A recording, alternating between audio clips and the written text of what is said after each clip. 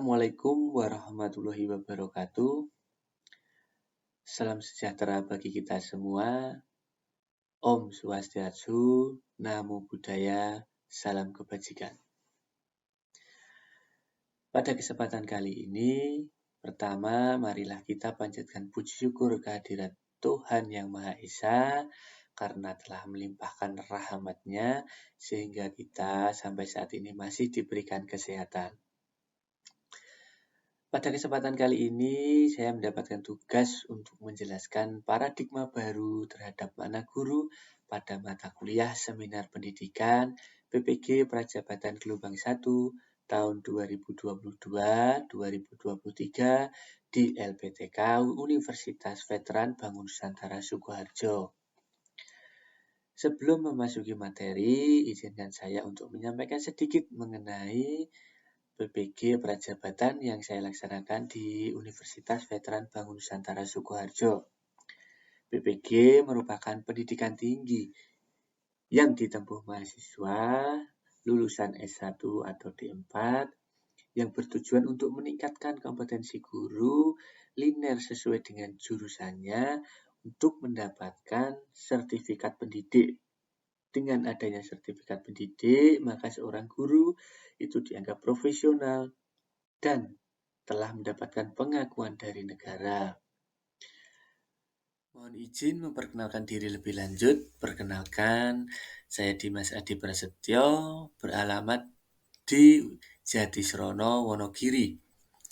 Untuk mata kuliah Seminar Pendidikan diampu oleh dosen pembimbing yakni Bapak Dr. Andus Tony Harsan MPD.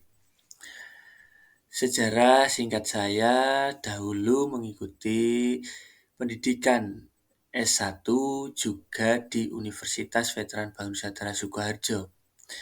Kemudian lulus dengan predikat cum laude pada tahun 2020 yang selanjutnya melanjutkan mengajar di salah satu SD negeri di Jatisrono. Setelah 2 tahun berselang, maka saya mendaftarkan diri untuk mengikuti PPG Prajabatan yang ternyata juga dilaksanakan di Universitas Veteran Bangun Nusantara Sukoharjo. Jadi Universitas S1 dan Universitas PPG sama.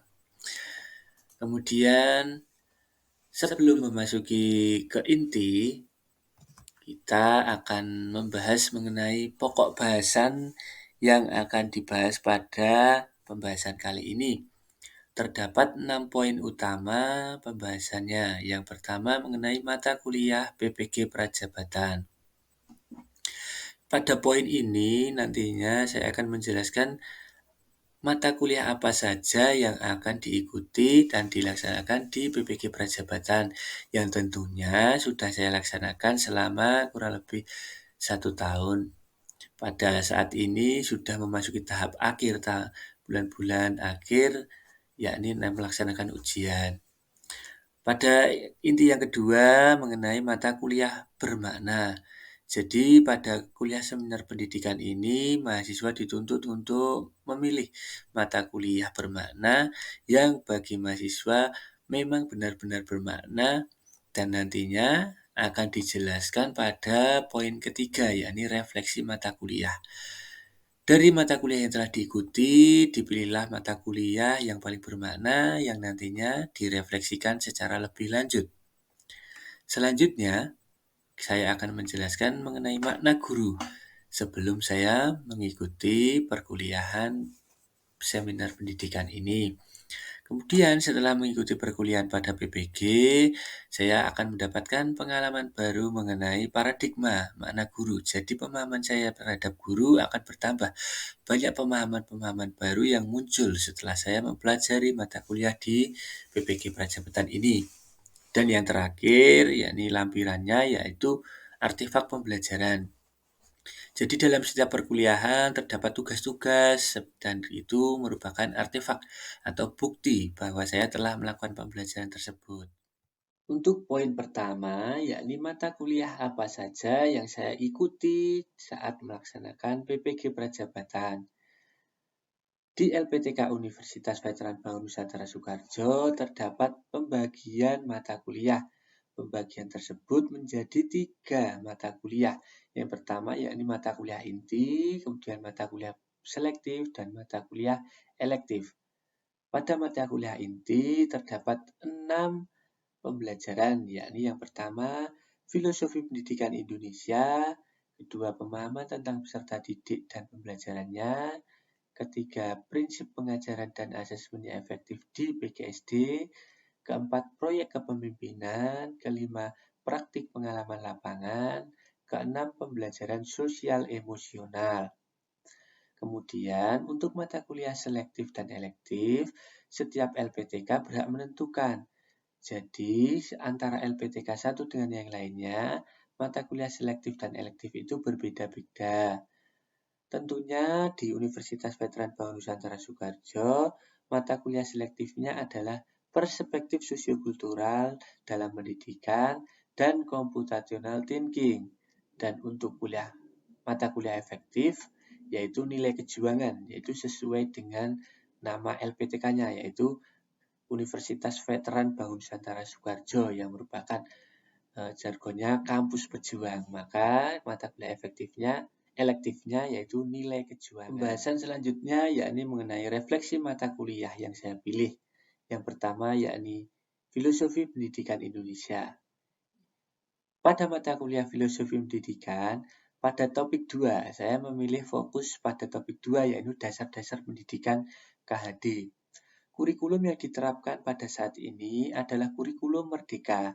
Dalam kurikulum tersebut dijelaskan bahwa peserta didik belajar sesuai dengan kemampuan dan perkembangannya. Dahulu pada saat kurikulum 2013, siswa dibagi menjadi beberapa kelas antara kelas 1 sampai kelas 6 yang dibagi menjadi 2 kelompok belajar. Yang pertama kelas rendah yaitu kelas 1 sampai kelas 3 dan kelas tinggi kelas 4 sampai dengan kelas 5. Berbeda dengan kurikulum merdeka yang diterapkan saat ini. Saat ini dibagi menjadi 3 kelompok belajar dengan sebutan fase, yaitu fase A kelas 1 dan 2, fase B kelas 3 dan 4, dan fase C kelas 5 dan 6. Pada pembahasan kali ini, Ki Hajar Dewantoro, seorang pendidik itu harus menuntun peserta didik sesuai dengan kodratnya. Menuntun peserta didik artinya membimbing, mengajar, dan mengarahkan siswa untuk mencapai tujuan belajar mereka, membantu siswa mengembangkan kemampuan intelektual, emosional, dan sosial mereka dengan memberikan pengajaran yang tepat dan efektif. Guru juga harus memperhatikan kebutuhan siswa yang membutuhkan pendekatan pembelajaran yang berbeda, sehingga semua siswa dapat meraih kesuksesan di dalam kelas. Tujuannya agar anak dapat berkembang tanpa kehilangan arah berkat tuntunan dari guru. Pembahasan selanjutnya yakni mengenai refleksi mata kuliah yang saya pilih. Yang pertama yakni filosofi pendidikan Indonesia. Pada mata kuliah filosofi pendidikan, pada topik 2, saya memilih fokus pada topik 2 yaitu dasar-dasar pendidikan KHD. Kurikulum yang diterapkan pada saat ini adalah kurikulum merdeka. Dalam kurikulum tersebut dijelaskan bahwa peserta didik belajar sesuai dengan kemampuan dan perkembangannya. Dahulu pada saat kurikulum 2013, siswa dibagi menjadi beberapa kelas antara kelas 1 sampai kelas 6 yang dibagi menjadi 2 kelompok belajar. Yang pertama kelas rendah yaitu kelas 1 sampai kelas 3 dan kelas tinggi kelas 4 sampai dengan kelas 5. Berbeda dengan kurikulum merdeka yang diterapkan saat ini. Saat ini dibagi menjadi 3 kelompok belajar dengan sebutan fase, yaitu fase A kelas 1 dan 2, fase B kelas 3 dan 4, dan fase C kelas 5 dan 6. Pada pembahasan kali ini, Ki Hajar Dewantoro, seorang pendidik itu harus menuntun peserta didik sesuai dengan kodratnya. Menuntun peserta didik artinya membimbing, mengajar, dan mengarahkan siswa untuk mencapai tujuan belajar mereka, membantu siswa mengembangkan kemampuan intelektual, emosional, dan sosial mereka dengan memberikan pengajaran yang tepat dan efektif.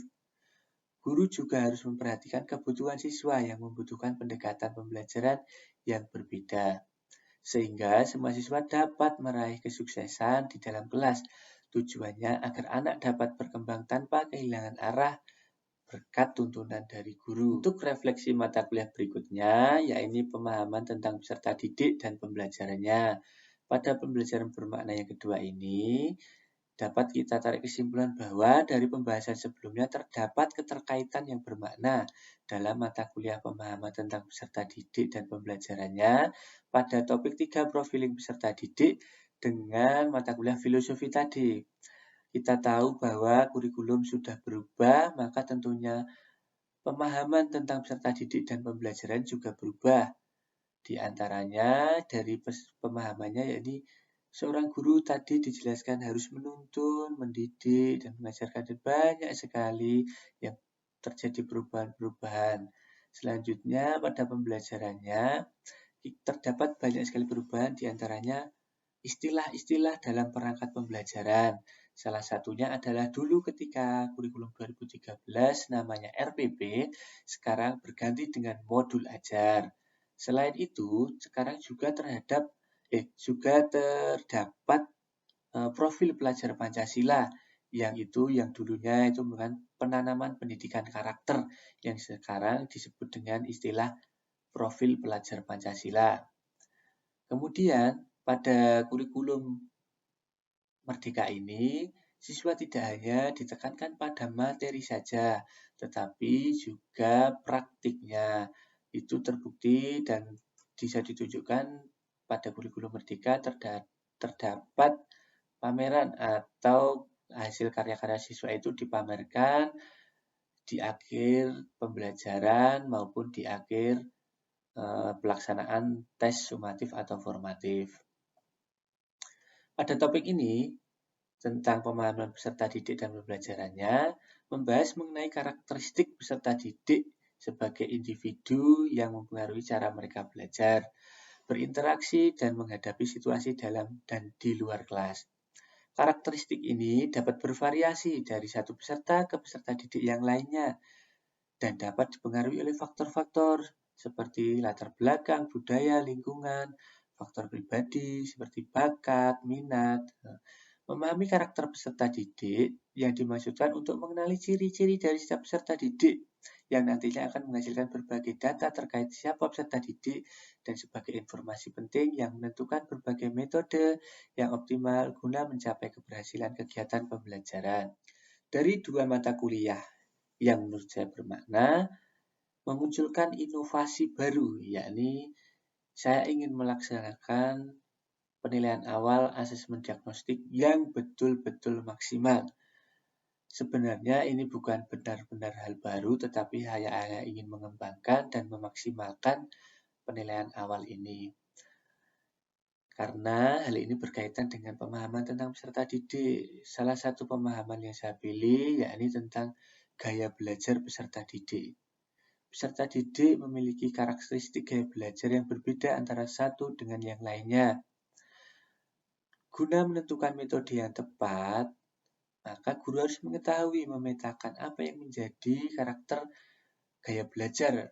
Gaya belajar tersebut bisa dari kinestetik atau praktik itu, bisa dari audio, suara, bisa dari audio visual dengan penampilan video dan hanya visual saja. Kegiatan ini saya lakukan untuk memetakan kemampuan siswa di kelas secara cepat dan tepat. Selain itu, juga berguna untuk mengidentifikasi siswa yang sudah paham, setengah paham, dan belum paham pelajaran yang diajarkan. Penilaian awal yang sering dilaksanakan ada dua jenis, yaitu asesmen non-kognitif yang meliputi pemantauan dari karakteristik siswa, kebiasaan siswa, gaya belajar siswa, seperti itu. Dan asesmen kognitif itu merupakan pemahaman materi, sampai di fase mana siswa tersebut memahami materi itu. Jika materinya belum paham atau siswa belum paham pada fase itu, maka siswa akan diberikan penanganan khusus, diberikan pelajaran tambahan, dan apabila setelah pembelajaran selesai, setelah tes selesai siswa belum lulus, maka dilaksanakan remedi. Nah, itu termasuk pada asesmen kognitif. Selanjutnya mengenai makna guru. Makna guru pada tahap awal sebelum mengikuti pembelajaran pada perkuliahan seminar pendidikan PPG Prajabatan. Guru adalah pendidik yang mengajar dan mendidik siswa untuk mencapai tujuan pembelajaran yang diinginkan. Jadi, pemahaman awal saya, seorang guru adalah pendidik yang mengajarkan siswa dari belum tahu menjadi tahu dan memahami materi yang diajarkan guna mencapai tujuan pembelajaran yang diinginkan. Dan seorang guru juga mengelola administrasi kelas dan juga mengelola kelas serta melakukan komunikasi kepada orang tua mengenai perkembangan peserta didiknya. Seorang guru mengkomunikasikan setiap perkembangan dan apapun keadaan yang terjadi pada siswa dikomunikasikan dengan orang tua siswa. Selain itu, seorang guru juga mengelola administrasi kelas, baik dari absensi dan hal-hal yang lainnya. Setelah saya mempelajari mata kuliah yang ada di PPG, pandangan saya terhadap mata guru menjadi sangat beragam, sesuai dengan mata kuliah yang bermakna bagi saya, filosofi pendidikan Indonesia dan pemahaman tentang peserta didik dan pembelajarannya, maka saya mempunyai paradigma baru atau pandangan terhadap makna guru. Yang pertama, guru itu sebagai pemimpin dan pendamping. Mereka memberikan arahan, bimbingan, dan inspirasi untuk membantu peserta didik mencapai potensi terbaik mereka. Guru juga menjadi contoh teladan yang baik dalam perilaku, nilai-nilai, dan etika. Maka di daerah Jawa itu terdapat sebuah kalimat guru itu digugu dan ditiru. Berarti di sini guru itu sebagai pemimpin juga menjadi contoh teladan bagi peserta didik. Kemudian yang kedua, guru itu sebagai pemberi pengetahuan. Guru memiliki keahlian dalam bidang yang mereka ajarkan. Guru memiliki tanggung jawab untuk mentransfer pengetahuan kepada peserta didik. Guru memberikan materi pelajaran, menjelaskan konsep, dan membantu peserta didik dalam memahami informasi yang disampaikan.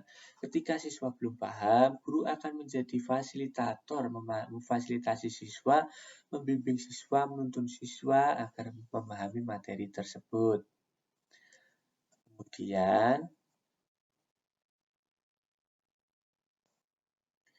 Kemudian, pandangan saya terhadap makna guru yang ketiga, yakni guru itu sebagai pengembang potensi. Guru memiliki peran penting dalam mengembangkan potensi peserta didik. Mereka mengidentifikasi kekuatan, kelemahan individu, memberikan umpan balik konstruktif, dan merancang strategi pembelajaran yang sesuai. Guru juga mendorong peserta didik untuk mengambil tanggung jawab atau perkembangan diri mereka sendiri. Kemudian, guru sebagai pengatur pembelajaran. Guru merencanakan dan mengatur lingkungan pembelajaran yang efektif.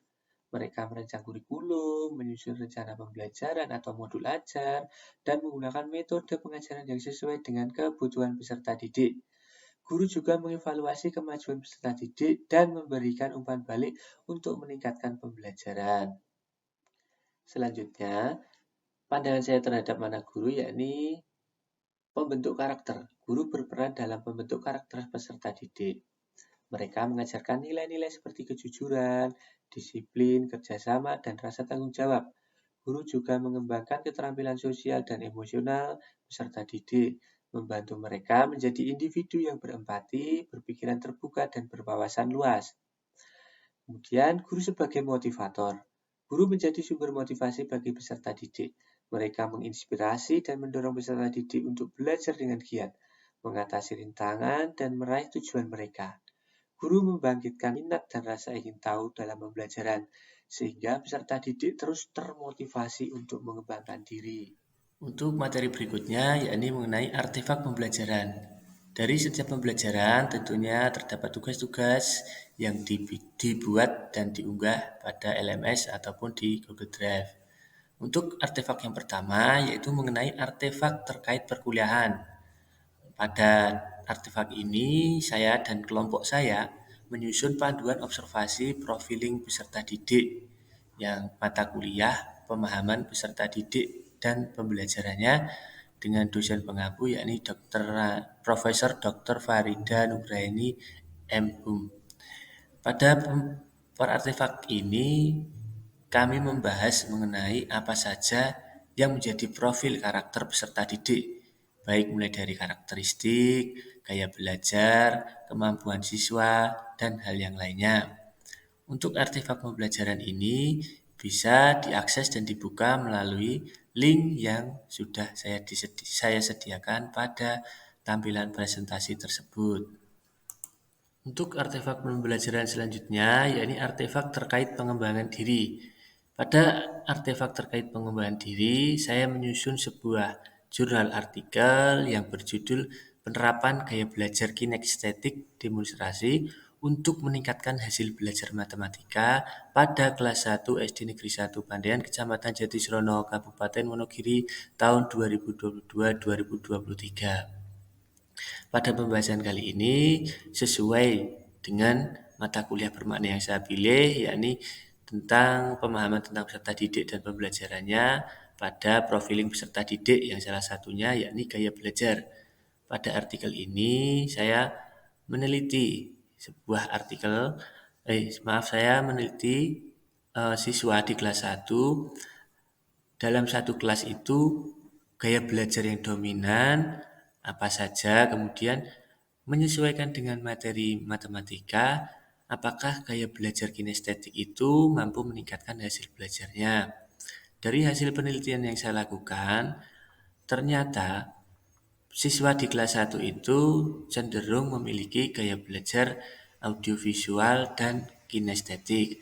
Akan tetapi, pada saat pembelajaran matematika, perbandingan ukuran tersebut, siswa cenderung memiliki gaya belajar kinestetik karena sesuai dengan penelitian itu, ketika siswa mempraktikkan secara langsung, maka mereka akan mudah memahami. Jika dibandingkan dengan cara melihat, maka siswa akan lebih paham ketika siswa itu praktik secara langsung. Setelah penelitian selesai, dapat saya simpulkan bahwa gaya belajar kinestetik demonstrasi, yakni yang praktek secara langsung tersebut, mampu meningkatkan hasil belajar matematika pada peserta didik di kelas 1 dengan materi membandingkan ukuran. Untuk selengkapnya, artikel ini bisa dilihat pada Google Drive atau bisa mengakses link yang saya tampilkan pada layar presentasi tersebut. Untuk artikel ini juga sudah saya submit di Jurnal Pendidikan Univet.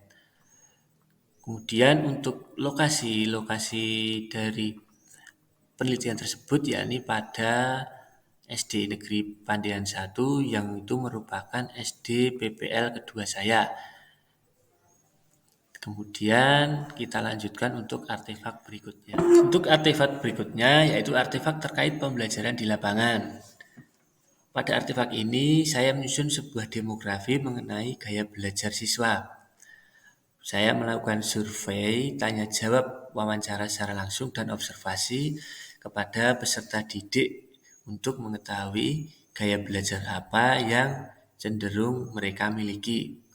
Setelah memetakan demografi peserta didik tersebut, saya membuat grafik pada tampilan tersebut dengan cenderung siswa itu memiliki audiovisual itu paling banyak.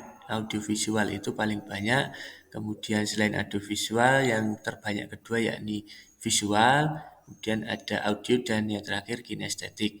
Perlu kita pahami bersama bahwa tidak semua mata pelajaran itu mampu menggunakan gaya belajar audiovisual saja. Seperti contohnya, misalnya pembelajaran yang cenderung menggunakan praktik itu akan lebih mudah dipahami dengan gaya belajar kinestetik. Berbeda lagi dengan pembelajaran menyimak atau melihat saja. Jika pembelajaran atau mata pelajaran seperti misalnya seni budaya, itu kebanyakan siswa memiliki gaya belajar kinestetik karena dengan seni budaya itu banyak melakukan keterampilan atau melakukan praktik. Kemudian untuk gaya belajar pada mata pelajaran bahasa Indonesia itu cenderung lebih banyak ke audio, karena mereka siswa mendengarkan dari ucapan-ucapan yang didengarkan oleh gurunya. Pengucapan kosakata yang diucapkan oleh gurunya akan mudah ditiru oleh siswa ketika siswa menggunakan gaya belajar audio. Kemudian matematika juga terdapat variasi gaya belajar, antaranya juga audiovisual, kemudian juga kinestetik. Seperti pada artefak sebelumnya yang mata pelajaran matematika membandingkan ukuran itu cenderung lebih memiliki gaya belajar kinestetik karena membandingkan ukuran itu ketika hanya dilihat saja itu rasanya kurang pas, ya, apalagi jika mengukurnya harus detail, maka banyak siswa cenderung menggunakan gaya belajar kinestetik. Dengan membuat demografi ini, kita mampu menyesuaikan metode pelajaran apa yang akan kita gunakan. Misalnya, seorang siswa cenderung lebih banyak memiliki gaya belajar audiovisual dalam suatu kelas, banyak memiliki gaya belajar audiovisual. Maka metode yang digunakan dalam penyampaian materi yakni guru menggunakan LCD proyektor dan menampilkan video-video. Dan apabila contoh lagi, apabila dalam satu kelas itu terdapat gaya belajar kinestetik, maka guru menentukan metode belajar dengan demonstrasi, yakni melakukan praktik secara langsung agar siswa lebih mudah memahami materi yang disampaikan. Jadi, saya ulangi lagi, fungsinya kita membuat demografi gaya belajar ini adalah salah satunya untuk menentukan metode apa yang akan kita gunakan ketika mengajar nanti, agar semua siswa dapat menerima materi dengan baik dan juga mampu mendapatkan nilai yang baik. Selain itu juga mampu mencapai tujuan pembelajaran yang diinginkan. Terima kasih. Dari hasil penyampaian pemaparan tadi, semoga bermanfaat, bisa menambah wawasan bagi kita semua. Kurang lebihnya mohon maaf. Wassalamualaikum warahmatullahi wabarakatuh. Sampai jumpa.